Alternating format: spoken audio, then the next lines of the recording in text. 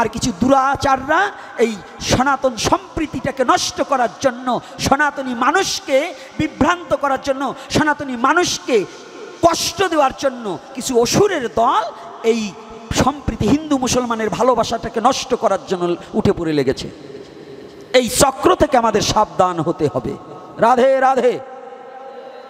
যদি বলে সনাতন ধর্মে এটা নেই, আমি মিথ্যা বলবো।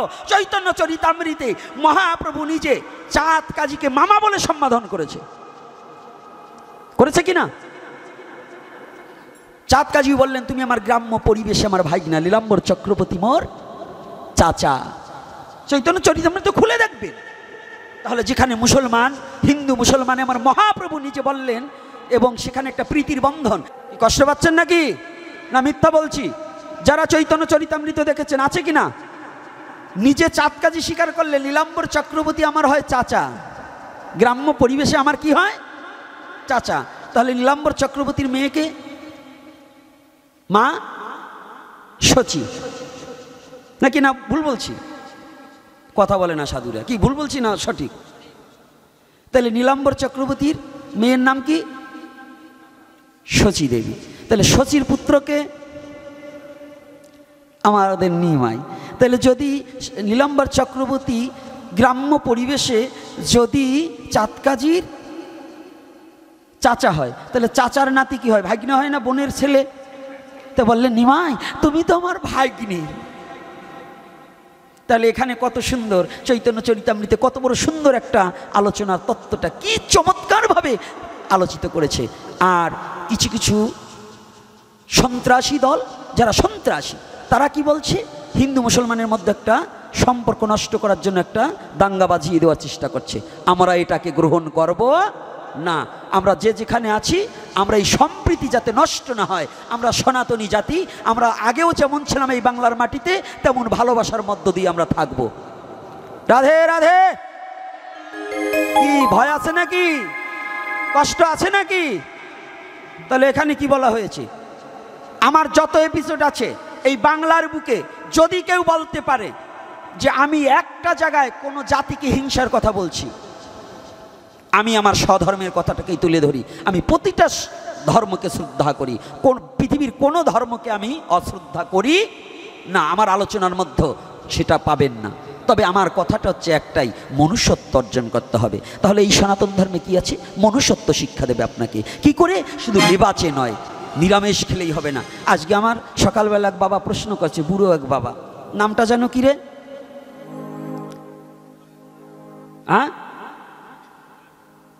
নাম আমার মনে নাই, ওরাও ভয়তে বলবে না, আমি জানি, কারণ আবার কোনটা বললে কোন জ্বালায় পড়বে। জিজ্ঞাসা করছে নিরামিষ আর আমিষ বলতে কি বুঝায়। এখন কোন ভাষায় বুঝাবো? কারণ সেই সময় ওনারে একারে বুঝাইতে গেলে আমি পারবো না। কারণ এই ছোট ছোট পোলাপান আর ওই বনের হনুমানকে, বান্দরকেও বশ মানানো যায়, কিন্তু আগের যুগের বুড়িয়াকেও বশ মানানো যায় না। বলেন তো? কারণ ওনরা যা বাপ দাদার আমল থেকে বুঝিয়ে আইছে, ওরা ওইটাই বুঝবে, ওর বাড়তি আর বুঝবে না, তাই না? বুঝেবার গেলে কয়, হ্যাঁ 2 দিনকার ছেলে, তুই কি জানিস?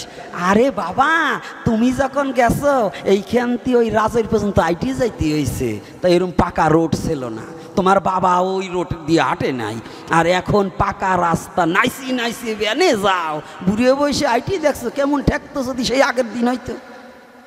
তাইলে সেই আগেরটা নিয়ে এখন পথ চলা যাবে না। তাহলে কি? যুগ ধর্ম প্রবর্তনম, যখন যে যুগে যে ধর্মটা এসেছে সেই ধর্মটা গ্রহণ করাই, এটার নামই সনাতন ধর্ম। এটাকে মেনে নিতে হবে। এজন্য আমিষ আর নিরামিষ বলতে কি বুঝায়? যদি সন্ধি বিচ্ছেদ করিয়ে যদি বুঝাতে যাই, তাহলে ভাব অর্থ আলাদা হয়, আর যদি সরাসরি বুঝাতে চাই তার ভাব আলাদা হয়। কি আমিষ নিরামিষ? নিরামিষ কোনো কথাই নেই, এটা হচ্ছে বাংলা গেও ভাষা নিরামিষ। আর আমিষ এটাও কোনো আমাদের কোনো ভাষায় না, এটা কি বিজ্ঞান প্রযুক্তিতে বৈজ্ঞানিক ভাষায় আমিষ বলা হয়, প্রোটিনের জগতে নাকি? এই কোনো বিজ্ঞান প্রযুক্তির ছেলে থাকলে কি এটা কি বিজ্ঞানে আমিষ বলা হয়েছে না? নিরামিষটা হচ্ছে কি গেও বাংলা। কেন? সাধু ভাষায় কোনো নিরামিষ কথা বলা হয়নি। আমাদের শাস্ত্রীয় ভাষায় আছে রাজসিক, তামসিক, সাত্ত্বিক। গীতায় কি বলা আছে? এই গীতায় কি বলা আছে? সাত্ত্বিক, রাজসিক, তামসিক। তাহলে বাবা জেনে নিন, সাধুরাও আমিষ খায়। এই প্রত্যেক সাধু যারা নিরামিষ, ওই যে ভেজিটেরিয়ান আহারি, ভেজিটেরিয়ান ইংলিশে নাকি, ইংলিশে কি বলা হয়? আমি এবার মূর্খ মানুষ, আবার ধরবেন না, ভুল ভাল দুই একটা হতেই পারে। তো এখন এই ইংলিশে কি বলছে? ভেজিটেরিয়ান। তারা কারা? যারা শাক সবজি খেয়ে বেঁচে থাকে। আর গেও বাংলায় বলছে নিরামিষ বুঝি। আপনি জানেন আলুর মধ্যে আমিষ আছে, পটলে আমিষ আছে, মুগ ডাইলে আমিষ আছে, সবচেয়ে কাঁচকলায় আমিষ আছে, আছে না? আছে কি না? তাহলে আমিষ দুই প্রকার। কয় প্রকার? একটা কি উদ্ভিদ আমিষ, আর একটা প্রাণীজ আমিষ। এই একটু পইরেন, পারলে পোলাপানের কাছে তো একটু শেখবেন যে আমিষ কত প্রকার এবং তাহা কি কি। তাই মানব জাতির জন্য কি উদ্ভিদ আমিষ প্রশস্ত, সাধুদের জন্য উদ্ভিদ আমিষ প্রশস্ত, আর প্রাণীজ আমিষ পরিহার্য। কেন? প্রাণীজ আমিষ খেলে পরে ওই প্রাণীর যে স্বভাব থাকে, ওই স্বভাবটা মানুষের মধ্যে প্রকাশ পায়। এই জন্য আর্য মহর্ষি যারা এই কলির যুগের জন্য তারা এই প্রাণীজ আমিষটাকে নিষিদ্ধ করায়। কথাটা বুঝতে পারছি না পারিনি? আগের যুগে খেত, তাদের সেই ধৈর্য ক্ষমতা ছিল। এই কলির যুগের মস্তিষ্ক পাতলা, ওর আগেই তো তেও ফেলাইয়ে তারে, তোমার মস্তিষ্ক থাকবে কি করে? আর একটু কিছু বললাম না, একটু বাংলা ছাড়লাম না, একটু দিলাম বুঝো। সনাতন ধর্মে বলছে যে প্রত্যেকটা বাবা তার প্রথম বড় ছেলে মহাপুরুষ হবে, সাধক পুরুষ হবে। এমন দুই চারজন নাইসি উঠবে, তাই তো আমার বড় সওয়াল গোপীনাথের তো বড় সাধু, ওই আমার বড় সওয়াল বুদ্ধি গণেশ পাগলের তো বড় সাধু হবে। কাঁচকলা, তোমার বড় সওয়াল কোন জায়গা ফেলাইছো তুমি জানো? হ্যাঁ জানো? এই বাবা, যুবক বাবারা জানো? এমনই তো বাবা হয়ে গেছে কতজন। তো নিজের বড় ছেলেরে কোন মাঠে ঘাটে ফেলাই দিয়েছে তার খবর নাই। উনি এখন হয়েছে সেটা মরাটা নইয়ে বাবা খালি বড়ায়, ও সাথে কাজ হয় না। এজন্য সনাতন ধর্ম বাস্তববাদী ধর্ম। সনাতন ধর্ম কোনো গল্পের কথা বলে না। সনাতন ধর্ম দর্শন ছাড়া কোনো কথা বলে না। সনাতন ধর্ম যে কথায় কোনো মানুষের উন্নত জীবন হবে না সে কথা সনাতন ধর্ম বলে না। আমি সেই ধর্ম অনুসারী যে কথায় প্রতিটা মানব জাতির জীবনের উন্নতি বয়ে আনবে, সেই কথাই বলার জন্য মহাপ্রভু হয়তো আমাদেরকে পাঠিয়েছেন। মহাপ্রভুর ইচ্ছা ছাড়া একটা কথা বলার যোগ্যতা আমার নেই। আছে? মহাপ্রভু ইচ্ছা করলে আমাকে এখন প্যারালাইসিস দিয়ে মুখ বন্ধ করে দিতে পারতো না? তাহলে এটা কে বলাচ্ছে? কেন বলাচ্ছেন? এটা তার প্রয়োজন আছে। তাহলে কি বলছি কথাটা কিন্তু একটু ভালো করে নলেজে নিতে হবে। তাহলে আমিষ আর নিরামিষ কাকে বলছে বুঝতে পেরেছেন? এইবার সবাই আমিষ খাই, কিন্তু আমিষের একটু প্রকারভেদ আছে। নারী, আপনি যাকে বিবাহ করেছেন সেও নারী, আপনি যাকে জন্ম দিয়েছেন একটা মেয়ে সেও নারী। কিন্তু স্ত্রীর সাথে যা ব্যবহার করা যায় পুত্রবধূর সাথে তা যায় না। যায়? মেয়ের সাথে তাই যায়, ঝিয়ারির সাথে তাই যায়। এখন যদি নারী বলতে সব আপনি একাকার করবার চান তাহলে ফলাফল জিরো, হিরো হতে পারবেন না। সনাতন ধর্ম বললেন কি বলেছে? ক্ষেত্র ক্ষেত্রজ্ঞ বিভাগ যোগ। ক্ষেত্র চেনো আগে, কোন ক্ষেত্রে কোন জিনিসটা ক্ষেত্র মানে।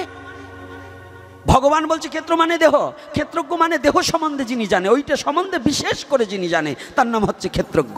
আমি যদি একচুল মিথ্যা কথা বলে থাকি, কি সেটা বলছে গীতায় না অন্যতা?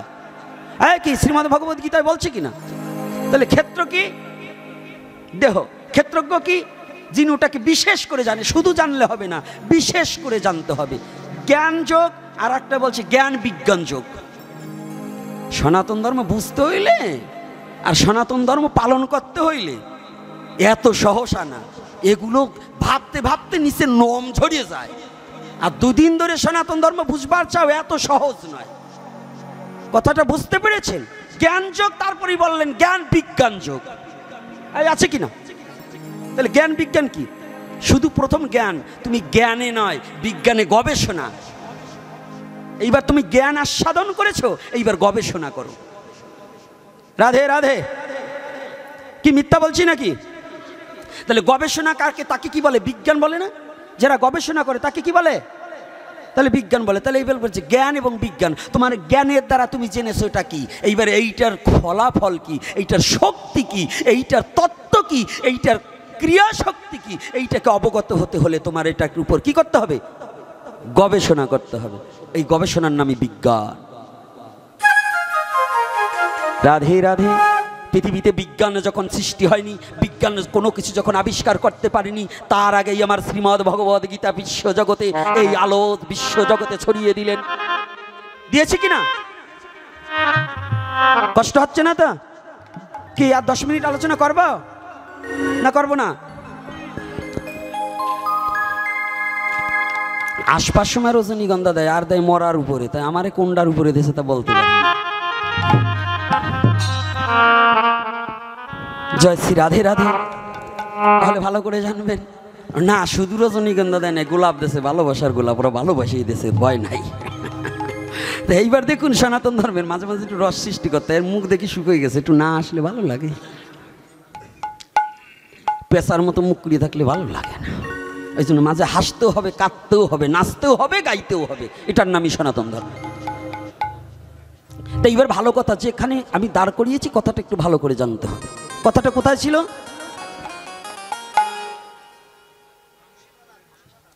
হ্যাঁ, ধরিয়ে রাখছে। তাহলে এইবার কি বলছে? আমিষ আর নিরামিষ গেল নাকি? আমিষ নিরামিষ গেছে। আমাদের নিরামিষ কোনো শুদ্ধ ভাষা নয়, এটা গ্রাম্য ভাষা। তাহলে আমাদের শুদ্ধ ভাষা কি? সাত্ত্বিক, রাজসিক, তামসিক। তবে আপনাদের এই ভ্যান্নাবাড়ি আর আমগ্রাম আর এই চৌরি বাড়ি, হিন্দু বাড়ি যে কটা মুরগি দেখছি, আমাদের অঞ্চলে মুসলমান বাড়ি সেই কটা মুরগি নাই। এই ইচ্ছা করে এই লাইট বন্ধ করলি নাকি? যেই মুরগির কথা কইছি আর বন্ধ করে দিলি? কিরে বাবা, না কারেন্ট চলে গেছে? হ্যাঁ, কারেন্ট তো যায় নাই। কিরে, হ্যাঁ, এই ডেকোরেশন আলা কই রে বাবা, লাইট দিয়ে তাড়াতাড়ি নাই। কিন্তু খাইছি, কারণ আজকে আমি যা দেখছি তা না বলি আর যাব না। এই হাঁটছি, আমগ্রামে সাধু বেশি, এই আমগ্রামে মুরগি বেশি। তাই এতগুলো সাধু যে গ্রামে থাকে, যে গ্রামে এতগুলো মন্দির, মঠ, আশ্রম, এই গ্রামে মুরগি পোষা হিন্দু কি করে থাকে? এই আমগ্রামের লোক আছেন কারা কারা? হাত তুলেন তো। রাধে রাধে। আমি প্রায় 3 ভাগের 1 ভাগই দেখি আমগ্রামের, তার চেয়েও বেশি বেশি, প্রায় আধা না, অর্ধেক না। এই আমগ্রামে পাঠক আছে, ঘটক আছে, আর সাধু আছে, অসাধু আছে। না, ওরে খালি দোষ দেবো কে? ও তো আমার লোক। এই কথাটা ভালো করে শুনবেন। কি লাইট দিচ্ছে না কেন?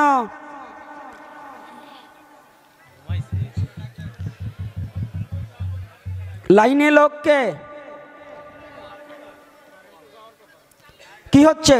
সদা সর্বক্ষণ যে কিন্তু বিড়ি টানলে কাজ হবে না, আমার এখানে বসে থাকতে হবে। কই ছেলেটা কই?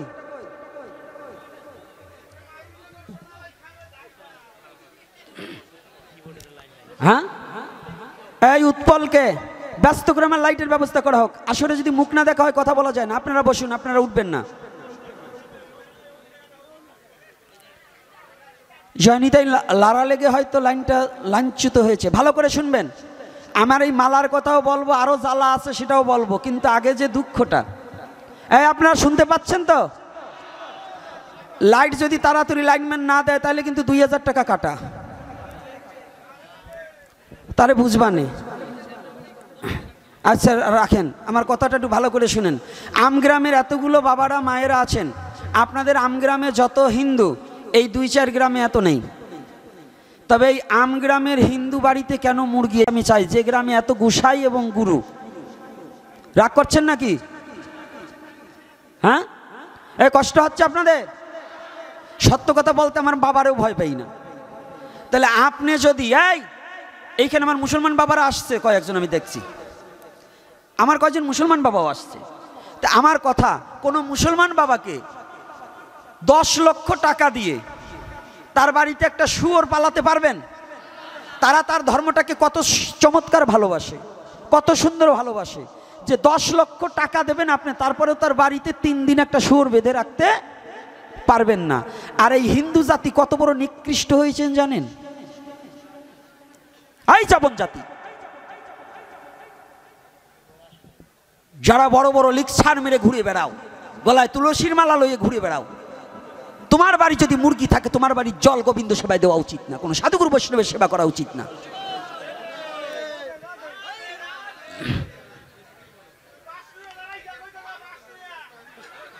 হাসতে, এদিকে তাকাও। কি আমার কথায় কি কষ্ট পাচ্ছে নাম গাইয়ে বাবারা? আপনাদের উচিত যার বাড়ি মুরগি পোষা তার সাথে কোনো সম্বন্ধ না রাখা। 1 সপ্তাহ টাইম, এই 1 সপ্তাহের মধ্যে হিন্দু বাড়ির মুরগি এই ধারের কাছে যে বাড়ি আছে যারা এই নামযজ্ঞের সাথে জড়ানো আছেন তারাও যদি মুরগি পোষেন আপনাদের নামযজ্ঞে সাইরেনার ফল হবে না। কথা কি রাগ করছেন নাকি? একমত? এই কারা কারা একমত হাত তুলেন। মায়েরা অনেকে হাত তোলে নাই, কয় বাপ বাপ বাবা বাপ বাইরে খাওয়াই সেটি মুরগির ডিম দিয়ে। হাত তুলবো কি করি? আস্তে, আমি দেখছি হাত তোলে নাই কারা কারা। যাক, ওরা লজ্জা পাইছে যদি হাত তুলে আবার বিপদে পড়ি। তাই 1 সপ্তাহ টাইম চরণে হাত রেখে বলছি, আপনারা সনাতনী, নিজের স্বধর্মটাকে রক্ষা করবার হলে নিজের ধর্মের নীতিটাকে মেনে নেওয়া একান্ত কর্তব্য। সে মতুয়া হোক, কৃষ্ণ ভক্ত হোক, শৈব হোক, শাক্ত হোক, আমরা সনাতনী, আমাদের বাড়িতে মুরগি পোষা বৈধ নয়। দ্বিতীয়তে, প্রত্যেকটা বাড়ি সে যে মতেরই হোক তুলসী বৃক্ষ রাখা উচিত কিনা? আচ্ছা, এই তুলসীর মালা যারা কৃষ্ণ মন্ত্রে যে মন্ত্রে গ্রহণ করেছেন তার গুরু পরম্পরা হিসেবে যে মালা প্রয়োজন প্রত্যেকের গলায় সেই মালা ধারণ করা একান্ত বাধ্যতামূলক নাকি? তাহলে তুলসীরও হার যে না পরে স্যার তাহারও জন্ম বৃথা, তিলক ধারণ না করে যে জন বাস কোথায়? পণ্ডিত কোথায় বাস? না, পুষ্পরতা আরোহণ করে বৈকুণ্ঠে লইয়ে যাইব, সেচতে সেচতে নেবে। ওই যে নকুল বিশ্বাস গান গাইছে না, ও বুড়া বয়সে পান সেইসা খাওয়াবে তোর বউ, ওরে মাঝে মাঝে শেষপে তোরে, মাঝে মাঝে শেষপে তোরে, জানবে না তা কেউ, বুড়া বয়সে পান সেইসা খাওয়াবে তোর বউ। আর তোমরা যারা আজকে তুলসীর মালা তিলক ধারণ না করছো, হরিনাম জপ না করছো, মাঝে মাঝে জমে শাসপে তোরে, জানবে না তা কেউ। কি জমের শেষনি এটা কি কেউ দেখবার যাবে? সে শেষা কে খাবে?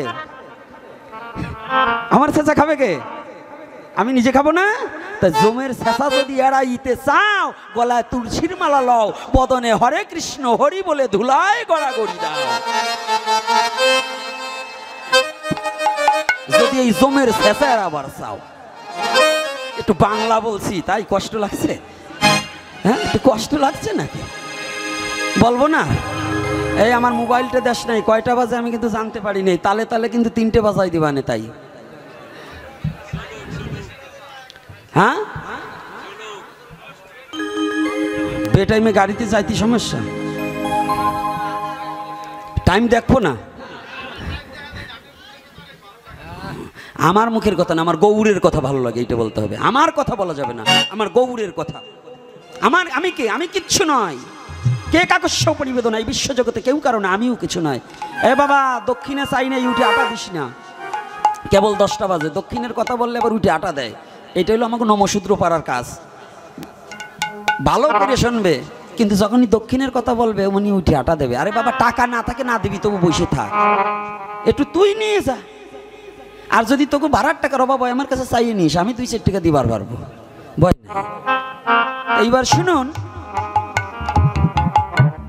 মহাপ্রভু 2টি হাত উত্তোলন করে জগৎ জীবকে যে শিক্ষা দিলেন, এই মহাপ্রভুকে ডাকতে হবে না, মহাপ্রভু ডাকিয়া লইবে। শুধু যদি অর্থের গৌরব, রূপের গৌরব, ধনের গৌরব পরিত্যাগ করিয়া আমি তোমার হলাম বলিয়া যদি কেউ ভগবানের চরণে আত্মসমর্পিত হতে পারে, আমার ভগবান বললেন তোদের আমার ডাকতে হবে না। আমি কি করব? আমি ডাকিয়া লইব, ডাকিয়া লইব, আমি ডাকিয়া লইব, ডাকিয়া লইব। তোরা আমায় ডাকিস বা না ডাকিস, ডাকিয়া লইব। তোরা আমায় ডাকিস না বা ডাকি, ডাকিয়া লইব, আমি ডাকিয়া লইব, ডাকিয়া লইব। রাধে রাধে। ভগবান কি বলছে? আমি কি করব? হ্যাঁ, ডাকবে তো? বলছে শুধু তা না, আমি খুঁজিয়া লইব, খুঁজিয়া লইব, আমি তোদের খুঁজিয়া লইব, খুঁজিয়া লইব। তোরা আমায় খুঁজিস বা না খুঁজিস, আমি খুঁজিয়া লইব। তোরা আমায় না খুঁজিলেও খুঁজিয়া লইব। রাধে রাধে। আমি খুঁজিয়াও লইব। কেমন? পুত্র যখন হারিয়ে যায় হাটের ভিতরে, বাবা পুত্র বলে বিশ্ব জগতে বাজারের চতুর্দিকে চিৎকার করে, মানব জীবী যখন অমানিসার অন্ধকারে হারিয়ে যায়, আমার ভগবান তখন ভক্তকে ধরিবার নিমিত্তে,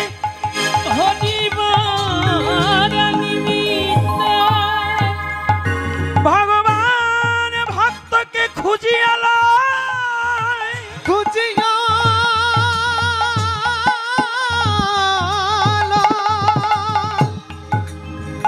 এজন্য আমার গৌর হরি বললেন তোদের মা ভই, দুটি হাত উত্তোলন করে বললেন মা ভই, মা ভই, মা ভই। হে জগৎ জীব, কলিহত জীব, তোদের আর কোনো ভয় নেই, ভয় নেই। তবে হ্যাঁ সনাতনী জাতি, মা ভাই, ভুলেও বাংলাকে পরিত্যাগ করার চিন্তা ভাবনা আমরাও করব না। যে বাংলার জমিনে, যে বাংলার মাটিতে আমার মহাপ্রভু এসেছে, দয়ার অবতার, করুণার অবতার, প্রেমের অবতার এই বাংলার মাটিতে এসেছে। কোন মাটিতে? বাংলার মাটিতে। সেই বাংলা আমার জন্মভূমি, আমি গর্বিত। আর এই বাংলাকেই আমরা ভালোবাসি, নাকি বাসি কিনা? কথা হচ্ছে আমার পিছনে লোক লাগানো এখনো এখানে আছে। এখানে তো কয়টা লোক? 35,000 লোক যেখানে প্রোগ্রাম করেছি, 35,000 লোক। তারপরেও আমার কথাটা হচ্ছে এখানে, আমার কথাটার মধ্য দিয়ে অন্তত মহাপ্রভু যেন কৃপা করে কোনো জাতিকে ছোট করার জন্য, কোনো মানুষের ক্ষতি হোক, এ কথা আমি বলতে চাই না। মহাপ্রভু, যে মহাপ্রভু, এই মহাপ্রভু পর্যন্ত তার স্বধর্মকে রক্ষা করার জন্য আন্দোলন করেছিলেন, করেনি? চৈতন্য চরিতামৃতে নেই?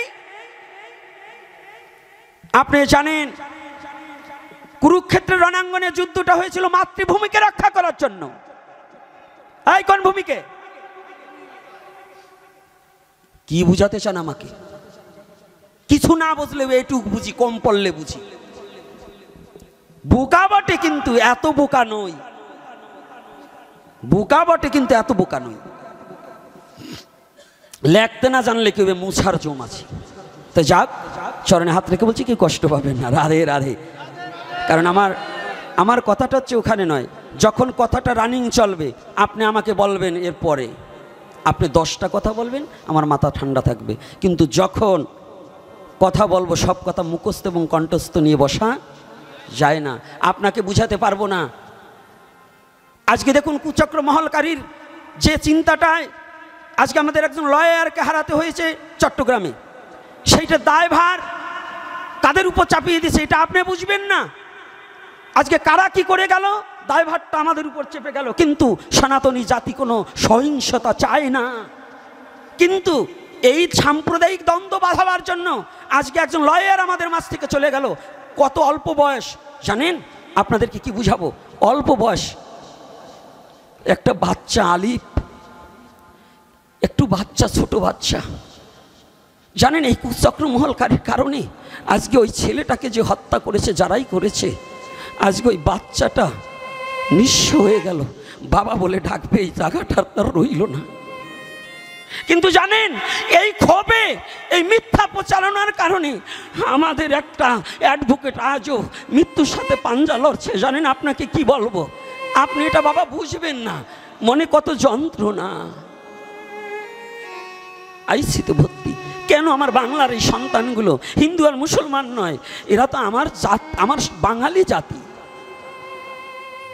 আজকে আমি সবার কাছে করজোরে বিনয় করে বলছি, আমার এই মেসেজগুলো, আমার ইউটিউবগুলো যেখানে যেখানে পৌঁছিয়ে যাবে, সবার কাছে আপনারা সহিংসতা বন্ধ করুন। আমরা হিন্দু, মুসলমান, বৌদ্ধ, খ্রিস্টান এই বাংলার মাটিতে জন্মেছি, বাংলার মাটিতে গর্ব করে বাঁচতে চাই। আমরা কেউ কারো প্রতি যেন হিংসা বিদ্বেষ না ছড়িয়ে যেন ভালোবাসার প্রীতির বন্ধনে আবদ্ধ হতে চাই। এইটাকে আমরা সবাই যে যেখান থেকেই কুচক্রমহলকারী বাবা সবাইকে আমি অনুরোধ করছি, আপনারাও যারা ফেসবুক যারা চালাচ্ছেন, কোনো উস্কানিমূলক কথা কোনো ফেসবুকে লেখা যাবে না। এটা যুবক সমাজের কাছে আমার অনুরোধ। কোনো উস্কানিমূলক যে কথায় সমাজের জাতির মানবের অকল্যাণ হবে সে সম্বন্ধে কোনো কথা লেখা যাবে না। কি আমার কথাটাই কি একমত আপনারা? কি মায়েরা কি বলেন? আমি কি অন্যায় কিছু বলছি? তাহলে ভগবানকে না ডাকলেও ভগবান ডেকে লবে কোথায়? সেটা কি? সেটা হচ্ছে ষড়গোস্বামী, যাকে বলছি গোস্বামী 8 জন। ষড়গোস্বামীর নাম অনেকেই জানে, 8 জন গোস্বামীর নাম অনেকে জানে না। কি আপনারা 6 জন গোস্বামীর নাম শোনেন না বেশি? শ্রীরূপ সনাতন ভট্ট রঘুনাথ, শ্রীজীব গোপাল ভট্ট, দাস রঘুনাথ। আরও 2 জন গোস্বামী আছে, তিনরা এনাদের আগে। এনাদের আগে কি সর্বপ্রথম বৃন্দাবনের মহাপ্রভুর নির্দেশে 2 জনকে পাঠানো হয়। তারা হচ্ছে লোকনাথ গোস্বামী আর ভূগর্ভ গোস্বামী। কোন গোস্বামী? লোকনাথ আর ভূগর্ভ। এই ভূগর্ভ গোস্বামী আর লোকনাথ গোস্বামী গুপ্ত, আর এই 6 জন হচ্ছে ব্যক্ত। এই 6 জনের মধ্যে বিদগ্ধ ছিলেন কে গো? সনাতন। কে ছিল? সনাতন গোস্বামী। সনাতন গোস্বামী কে ছিল জানেন তো? এনার নাম কি ছিল জানেন? সনাতন তো পরে নাম হয়েছে, মহাপ্রভু কৃপা করে দিয়েছে। এর নাম ছিল সাকর মল্লিক। নাম কি? সাকর মল্লিক। এর আদিঅন্ত জন্মভিটা কোথায় জানেন? এই রূপ সনাতনের আদিঅন্ত জন্মভিটা কোথায়? হ্যাঁ, এই একজনের কথা সত্য, এই বরিশালে। পৈতৃক ভিটা কোথায়? বরিশালে। তাই এই সনাতন ছিল হোসেন শাহের আমলে। আমরা এখন যাকে কেশিয়ার বলি, কোষাধ্যক্ষ বলি, আর তখন বলতেন অর্থমন্ত্রী। তাহলে একজন অহিন্দু, একজন মুসলমান রাজত্বকালে একজন হিন্দুকে অর্থমন্ত্রী করা মানে কি? সে কতটা বিশ্বাসস্থ? কি বিশ্বাসস্থ না হলে কি সম্পূর্ণ অর্থের দায়িত্বটা কি তার কাছে দেবে? দেবে বাবা? দেয় না। সনাতন গোস্বামী বড়, রূপ হচ্ছে বয়সে ছোট, কিন্তু রূপ গোস্বামী মায়ার বন্ধন এবং অর্থের বন্ধনকে কেটে অনেক আগেই চলে গেলেন শ্রীরাম বৃন্দাবনে মহাপ্রভুর পরশ পেতে, এবং মহাপ্রভুর নির্দেশে বৃন্দাবনে চলে গেলেন। বৃন্দাবনে বসে একখানা পত্র লিখে দিলেন, সনাতনকে পত্রখানা দিয়ে দিলেন। ভাই দাদা, এখনো যে অর্থের মায়ায় তুমি ঘুমিয়ে আছো, তুমি কি একটিবার ভেবে দেখেছো এই অর্থ একদিন তোমার অনর্থ হয়ে যাবে? একমাত্র পরমার্থ হিসেবে আমার গৌর হরি যে মধুমাখা হরি নাম এনেছে, এই নাম ভিন্ন পরমার্থ হবে না। গৌরামা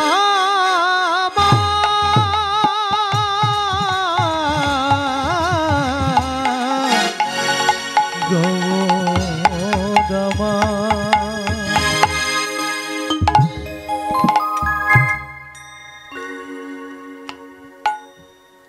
পত্রখানা পেয়েছে, একেই চমকে উঠেছে। আমার ভাই নিচে লিখেছে, দাদা এখনো সময় আছে, যদি পারো একটিবার প্রেমের অবতারী দয়ার ঠাকুর গৌরহরির চরণে এসে আত্মসমর্পিত চিত্ত করো। সনাতন সেই হতে উন্মাদ হয়ে গেলেন, পাগলের মতো আচরণ করতে লাগলেন। কিন্তু হোসেন শাহ মনে মনে চিন্তা করলেন, তাই তো, এমন সুবুদ্ধি অর্থ মন্ত্রীকে যদি আমি পরিত্যাগ করে দেই, ওকে পাগল হলেও আমার এই রাজপ্রাসাদের মধ্যে আটকিয়ে রেখে ওর বেতন দেবো, তথাপি ওকে কখনো ছেড়ে দেব না। ভালো ব্রেনিয়ার লোককে কিন্তু কেউ ছাড়তে চায় না, বিশ্বাস্ত লোক। কিন্তু সনাতন তো পাগল হয়নি, সনাতন নামে পাগল হয়ে গেছে। সনাতন মহাপ্রভুর নাম শোনার সাথে সাথে আজ উন্মাদ হয়ে গেছে। পাগল কয় প্রকার বোঝেন তো? এক প্রকারের পাগল আছে, পাগলের সুখ মনে মনে কাগজ কুড়ায় টাকা গোনে, আছে না? একটা ভাবের পাগল, একটা লাভের পাগল, একটা প্রেমের পাগল, আর একটা বাজে কথার পাগল, আছে কি না? আর একজন পাগল আছে পাও লম্বা মাথা গোল, তারেও কয় লোকে বলে পাগল। আর একজন পাগল আছে কিছু পাইয়া করেছে গোল, তাকেও লোকে বলে পাগল। সে সদাই বলে হরি বল হরি বল হরিবল হরিবল, এটাও পাগল।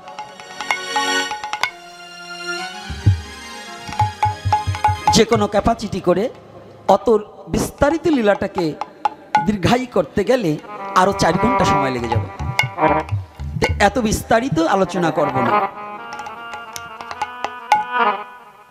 এই আলোচনার পরে একটু মাঝে গিয়ে একটা প্রশ্নের আছে, যারা আমাকে এনেছে তাদের একটা কোশ্চেন আছে, এই কোশ্চেনটার উত্তর দিতে হবে।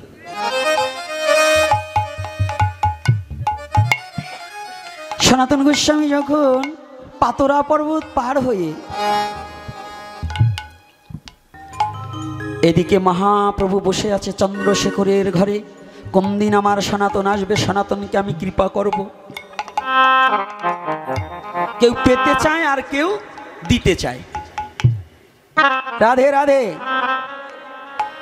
ভগবান নেমে আসে করুণায়, আর ভক্ত উঠে সাধনায়।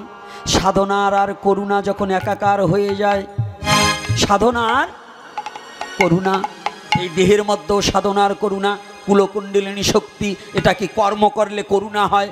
শ্রীকৃষ্ণ সাধনা হয়, সাধিতে পারলে তাকে কি হয়? সাধনা হয়। সাধনায় কুলকুণ্ডলিনী শক্তিকে জাগ্রত করতে হয়। আর করুণা মানে কি? ইনি নেমে আসে আর উনি জীবাত্মার পরমাত্মা দুজনে মিলন হয় কোথায়? দ্বিদলে। এই অবস্থা যখন হয় তখন হৃদয় খানা বৃন্দাবন হয়, আর ওই হৃদয়ের মধ্যেই রাধা গোবিন্দ লীলা দর্শন করতে পারা যায়।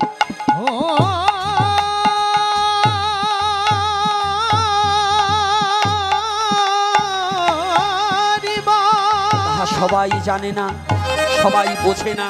যে করে সে জানে, যে করে না সে বোঝে না, সে জানে না।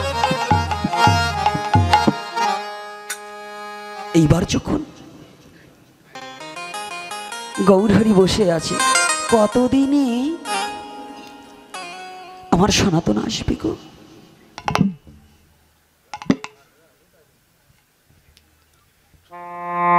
কতদিনে আসবে? মহাপ্রভু বসে আছে। এদিকে পাতরা পর্বত পার হয়ে ওখানে অনেকটা গ্যাপ রেখে গেলাম। সনাতন ছুটে চলেছে কোথায়? মহাপ্রভু। প্রভু আমি কি তোমার দেখা পাবো না? কতদিনে আমাকে কৃপা করবে? আমি ওই তোমার যুগল চরণ দর্শন করে আমার এই অযোগ্য পাত্রখানা তোমার চরণে বিকিয়ে দেব। কবে?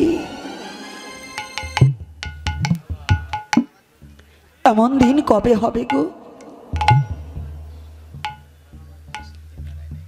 যখনই এ ভাবনা নিয়ে সনাতন কাঁদছে আর হাঁটছে আর মধুমাখা হরিনাম করছে। হরিনাম করিতে করিতে সনাতন এগিয়ে যাচ্ছে। এদিকে ভক্তমুখে সংবাদে পেয়েছে চন্দ্রশেখরের ঘরে আমার প্রেমের অবতারী শ্রীমান গৌর হরি চন্দ্রশেখরের ঘরে আজ অনেক দিন যাবৎ আছে। কিন্তু তখন তো গাড়ি ঘোড়া নেই। হেঁটে যেতে যেতে সনাতনের বড় চুলদাড়ি নোখ হয়ে গেছে। সনাতনের বড় বড় চুলদাড়ি নোখ হয়ে গেছে। চন্দ্রশেখরের ঘরের মধ্যে বসে ভগবান গৌরহরি ভক্ত সঙ্গে কৃষ্ণ কথা আলাপনে মত্ত আছে। বহু ভক্ত নিয়ে হয় নাম সংকীর্তন, অন্তরঙ্গ ভক্ত নিয়ে হয় কি প্রেম আস্বাদন কিংবা রস আস্বাদন। রাধে রাধে সবার দ্বারা সব কাজ সম্ভব হয় না, সবাইকে নিয়ে হরি কথা বলা যায় না। এইবার কি করেছি, চন্দ্রশেখরের বাহিরে এসে দাঁড়িয়ে আছে। বাবা আর ডিস্টার্ব করো না, ঠিক করো, আমার কিবোর্ডটা নষ্ট হয়ে যাবে। যন্ত্রপাতি তো ইলেকট্রিক্যাল যন্ত্রপাতি, এরকম বারে বারে যদি আপ ডাউন করে আমার কিবোর্ডটা কেটে গেলে কিন্তু তোমাকে আমি পাবো না। জয় শ্রী রাধে।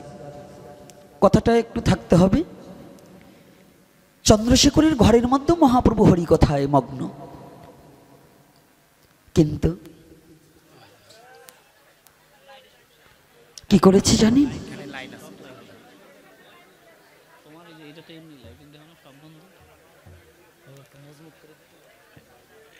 বাইর প্রান্তে অদূরে দাঁড়িয়ে আছে সনাতন, করজোড়ে করজোড়ে দাঁড়িয়ে আছে। যদি একটিবার মহাপ্রভু ওই ঘর থেকে বাইরে আসে, আমি মহাপ্রভুর শ্রী চরণ দর্শন করি, ওই চরণে একটা প্রণাম করে আমি চলে যাব। ওই চরণে একটা প্রণাম করেই আমি চলে যাব। যখনই বলছে ওই চরণে একটা প্রণাম করে চলে যাব, অদূরে দাঁড়িয়ে আছে আর দুটি নয়নের জলে বক্ষ প্লাবিত করছে। কখন জানুন, ভক্ত ভগবানকে তখনই দেখতে পায় যখন আকুলতার বেকুলতা বেড়ে যায়। যদি ভগবানকে দেখার আকুলতা বেকুলতা না থাকে, তাহলে ভগবানকে ভক্ত কোনোদিন দেখতে পারে না। যখনই দেখতে পারে না, আর আজকে ভগবানকে দেখার জন্য সনাতনের আকুলতা বেকুলতা বেড়ে গেল। যখনই আকুলতা বেকুলতা বেড়ে গেছে, ভক্ত যদি ভগবানকে ডাকে, ভগবান কি আর থাকতে পারে? ভগবান আর থাকতে পারে না।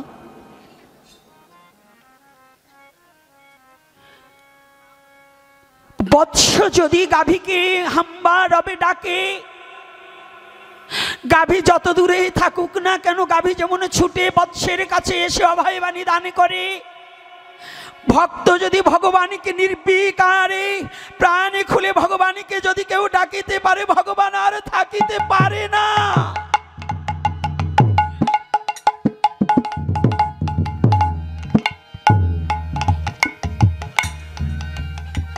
ভগবান ঠিক ভক্তের দ্বারে এসে দেখা দেয়।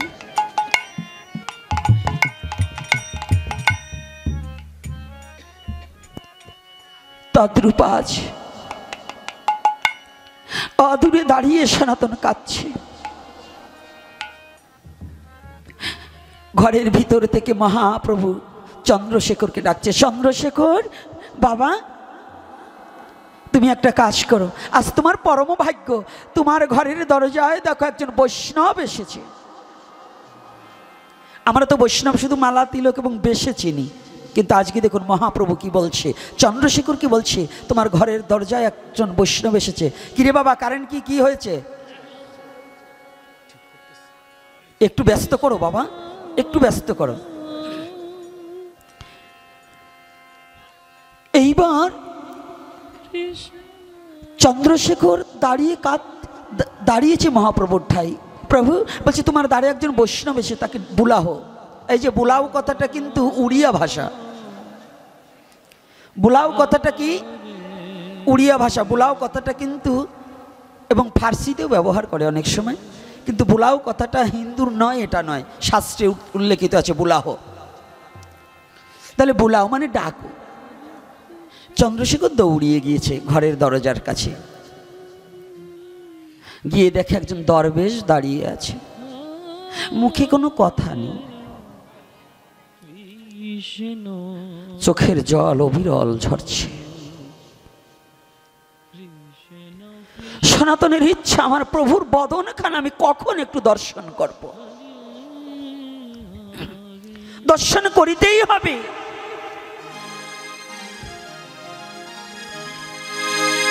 চন্দ্রশেখর গিয়ে কোনো বৈষ্ণবকে না দেখে, চন্দ্রশেখর ভেবেছে মালা তিলক বুঝি এটাই বৈষ্ণবের লক্ষণ। চন্দ্রশেখর দৌড়িয়ে গিয়ে বলছে, না না প্রভু, আমি তো কোনো বৈষ্ণব দেখিনি। চন্দ্রশেখর, তাহলে কাকে দেখেছো? আমি ওখানে একজন দরবেশকে দেখেছি। চন্দ্রশেখর, তুমি যাকে দেখেছো না দরবেশ,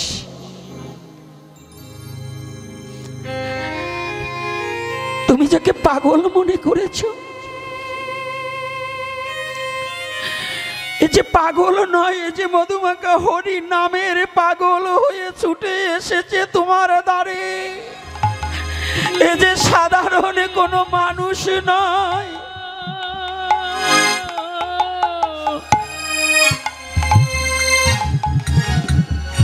চন্দ্রশেখর, যার অপেক্ষায় আজকে অনেক দিন তোমার ঘরে বসে আছি,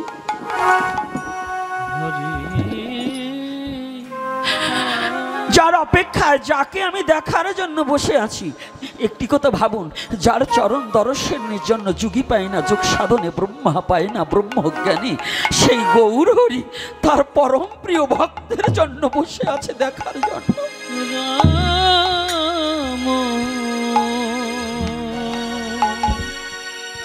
বসে আছি।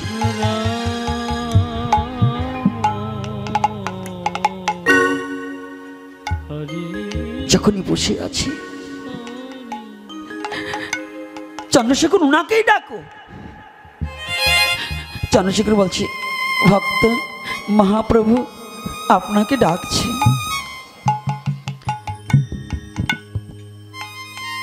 সনাতন কাঁদছে, প্রভু আমি তোমাকে ভুলে গেলেও তুমি আমাকে ভুলোনি। আমি তো ভুলের মাঝে পড়ে তোমায় ভুলে বসে আছি, তুমি যে আমাকে ভোলনি দয়াময়, আজও তোমার আমার কথা মনে আছে। মনে আছে তুমি আমাকে ভোলনি প্রভু।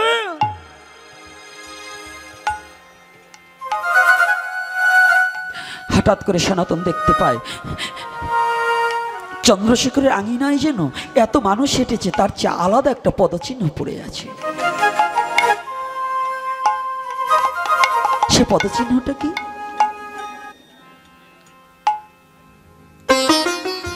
সবার চেয়ে আলাদা মহাপ্রভুর পদচিহ্ন। যখনই মহাপ্রভুর পদচিহ্ন পড়ে আছে,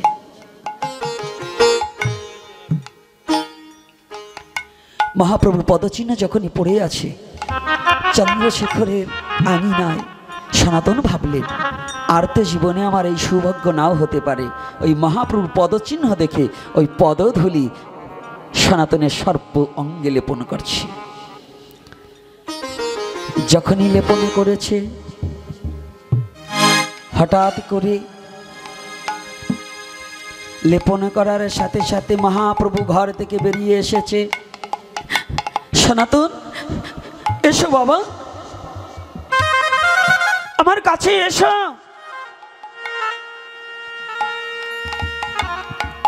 ভগবানকে সবাই ডাকছে আর ভগবান ভক্তকে ডাকছে, আমার কাছে আসো। সনাতন পিছিয়ে যাচ্ছে, না না প্রভু তুমি আমাকে ছুঁয়ো না, আমি অস্পৃশ্য, আমাকে ছুঁলে তুমি অপবিত্র হয়ে যাবে, দয়াময় আমাকে তুমি ছুঁয়ো না। দেখুন ভাবটা কি, সনাতনীকে মহাপ্রভু ধরতে যাচ্ছে আর সনাতন পিছিয়ে যাচ্ছে। না না প্রভু, তুমি আমাকে ছুঁয়ো না। মহাপ্রভু দুটি হাত পা সরিয়ে দিয়েছে, সনাতন একটিবার আমার কাছে আসো, তোমাকে ছুলে জগৎ অস্পৃশ্য হলেও আজ আমি আমি বলছি, আজ আমি তোমাকে স্পর্শ করে আমি পবিত্র হব। কৃপা করে তুমি একটিবার আমার কাছে ছুটে আসো।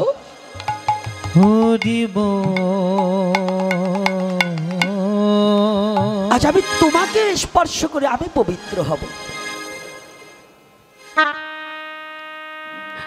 সনাতন পিছাতে লাগলেন, মহাপ্রভু দৌড়ে গিয়ে সনাতনকে জড়িয়ে ধরলেন। সনাতন একটিবার আমার কাছে আসো, আজ যে আমি তোমার মতো ভক্তকে বক্ষে জড়িয়ে ধরে আমি ভগবান হয়েও পবিত্র হব, ভক্তের অঙ্গ পরশ করে আমি ভগবান পবিত্র হব, তুমি আসো।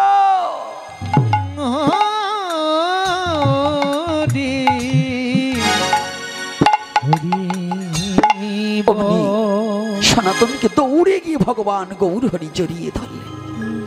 ভগবানকে খুঁজতে হবে না, ভগবান কি তার ভক্তকে খুঁজে লইবে। এতে নিঃসন্দেহে অকপটে শুধু চিত্তটাকে শুদ্ধ করুন। কোনটা? চিত্তটাকে শুদ্ধ, আত্মাটাকে পরিশুদ্ধ করুন। মনের দুয়ার খুলে ভগবানকে ভালোবাসুন, না হলে আমাদের জীবনের আর কোনো গতি হবে না। এই চিত্তটা যতদিন পর্যন্ত না থাকবে। আর শুধু ভক্তজন, আমার প্রশ্নের উত্তর না দিয়ে যেখানে প্রশ্ন করেছি উত্তর দেব, লীলাটা এখানে একটু দাঁড় করিয়ে রেখে যাই। আর পিছনে বাবা তোমরা চলে যাও, একেবারে পিছন থেকে। আপনাদের ভিক্ষার উপরে আমাদের জীবন চলে। এই ভাগবতের দক্ষিণা স্বরূপে যুব সমাজ এবং মাতৃমণ্ডলী পিতৃমণ্ডলী যার যেমন সামর্থ্য আছে সেই অনুপাতে দেবেন। উঠবেন না, একজন উঠবেন না, আলোচনা চলবে, ওরা পিছনে থেকে শুরু করে আসবে। আপনার যার যেমন সামর্থ্য আছে সেই অনুপাতে দান করবেন। জয় শ্রী রাধে রাধে। আর ইউটিউবারদের বলবো, একটু আগে ওই বাবার সাথে যে কথাটা হয়েছে এই কথাটা কেটে দিতে হবে। আর বাবাকে বলছি, বাবা অনেক সময় তো আলোচনার মধ্যে দিয়ে ওইভাবে না হয়ে ক্ষমাসুন্দর দৃষ্টিতে দেখবেন, কষ্টটা ক্ষমাসুন্দর দৃষ্টিতে দেখবেন বাবা। আর এই কথাটাকে কেটে দিতে হবে সমস্ত ইউটিউবাররা। ওই যে বাবার সাথে যে কথাটা আমি বলেছি আর বাবা যেটা বলেছি, এটাকে জানো যার ইউটিউব থেকে, যার চ্যানেল থেকে এটাকে আমি দেখবো, পরবর্তীতে তাকে কিন্তু আর আমি আমার এখানে ভিডিও করতে দেব না। পরিষ্কার। আজকে শুনুন, প্রশ্ন করেছে শ্রাদ্ধে মৎস্য দেওয়া যাবে কিনা। আপনারা শুনতে চান কিনা? শুনতে চান কারা কারা? হাত তুলুন। শ্রাদ্ধে মৎস্য দেওয়া যাবে কিনা শুনতে চান কারা? শুনতে চাচ্ছেন তো? তাহলে যুব সমাজে ভালো করে চিনতে হবে, জানতে হবে। শ্রাদ্ধে সনাতন ধর্মে আগে কি দিয়েছে কি না দিয়েছে এটা জানি না, কিন্তু এই কলির যুগের জন্য শ্রীকৃষ্ণ চৈতন্য মহাপ্রভু শ্রাদ্ধে মাছ মাংস নিষেধ করেছেন। কথাটা বুঝতে পেরেছেন? আপনি অন্যদিন মাছ মাংস খান, এক টুকরো মাছের জন্য আপনার পিতামাতার প্রেতের শ্রাদ্ধ না করলে হয় না? প্রেতলোকে না পাঠালে হয় না? শ্রাদ্ধে যারা মৎস্য দেবেন তাদের পিতামাতার প্রেতের শ্রাদ্ধ করা হয়। পরমাত্মার কোনো শ্রদ্ধার সহিত কোনো কাজ করা হয় না। ভগবান বিষ্ণুর চরণে সে পিণ্ড পৌঁছাবে না। এজন্য আমি অনুরোধ করব, আপনাদের হিন্দু অধ্যুষিত এলাকা যেখানে সনাতনী ধর্ম আপনাদের বেশি আছে, হয়তো আপনারা জানেনও বেশি, শাস্ত্রও জানেন, আপনারা কৃপা করে অন্যদিন খান, কিন্তু মাতৃপিতৃ শ্রাদ্ধে মা বাবার উদ্দেশ্যে মৎস্যটাকে পরিবর্জন করুন। এটা আপনাদের চরণে সবিনয়ে প্রার্থনা। একজন বলবে ওই চেয়ারম্যানের বাপ মারা গেছে এজন্য নিরামিষ খাওয়াইছে, ওরা চালাকি করছে।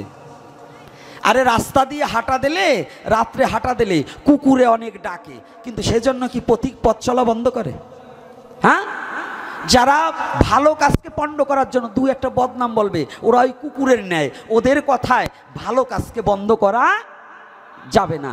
এজন্য বলছি আপনারা নারী পুরুষ যারা আছেন এত খাওয়ার লিপসাটাকে একটু পরিবর্তন করে কৃপা করে একটু শ্রাদ্ধটাকে মৎস্যটাকে পরিত্যাগ করার চেষ্টা করুন। যারা সমাজপতি আছেন, যারা সাধুজন আছেন, যারা গুরুজন আছেন, সমাজকে যারা পরিচালনা করছেন, দোহাই ধর্মের আপনি একটু চেষ্টা করুন কুসংস্কার থেকে বেরিয়ে আসার জন্য।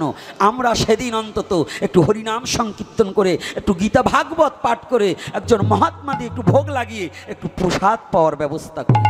প্রসাদের যে এক টুকরো মাছ কিন্তু বড় নয়, এক টুকরো মাছ, শিয়াল হয়ে জন্মগ্রহণ করলেও মাছ খেতে পারবো, বিড়াল হয়ে জন্মগ্রহণ করলেও মাছ খেতে পারবো, কিন্তু শুদ্ধ ভক্ত না হলে প্রসাদ কোনোদিন কপালে জুটবে না। তাহলে একটু প্রসাদকে কেন বঞ্চিত হব? আপনারা অন্যদিন খান, মাছ খান, অন্তত একটু রবিবার বৃহস্পতিবার যারা একেবারে না পারেন একটু রবিবার বৃহস্পতিবার, একটু একাদশীর 3 দিন, একটু সংক্রান্তর দিন আর এই বিশেষ পর্বদিনে আর মাতৃপিতৃ শ্রাদ্ধে মৎস্যটাকে বর্জন করা যাবে না? ইচ্ছা করলে যায় না বাবা? হ্যাঁ যুব সমাজ, এই যুব সমাজ যদি এইটার বিরুদ্ধে কথা বলে, আমি বলে দিচ্ছি আস্তে দাঁড়ুন, বন্ধ হবে না মানে অনেক কিছু বন্ধ হয়েছে, অনেক কিছু হয়েছে। যুব সমাজের পক্ষে অনেক কিছু করা সম্ভব না হলে যুব সমাজ আইন করবে, যারা বলবে যে এটা দিতেই হবে ওনারাই কাজ করবে, তোমরা যাবাও না খাবাও না।